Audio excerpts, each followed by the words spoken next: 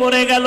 নবীজি বলেন আল্লাহর গায়বী আওয়াজ চলে আসলো, এই জান্নাতি নেক আমলওয়ালা নারী, বিড়ালের সাথে এই যে অপরাধটা করেছো, এই কারণে তোমার জীবনের সব নেক আমলগুলো বরবাদ।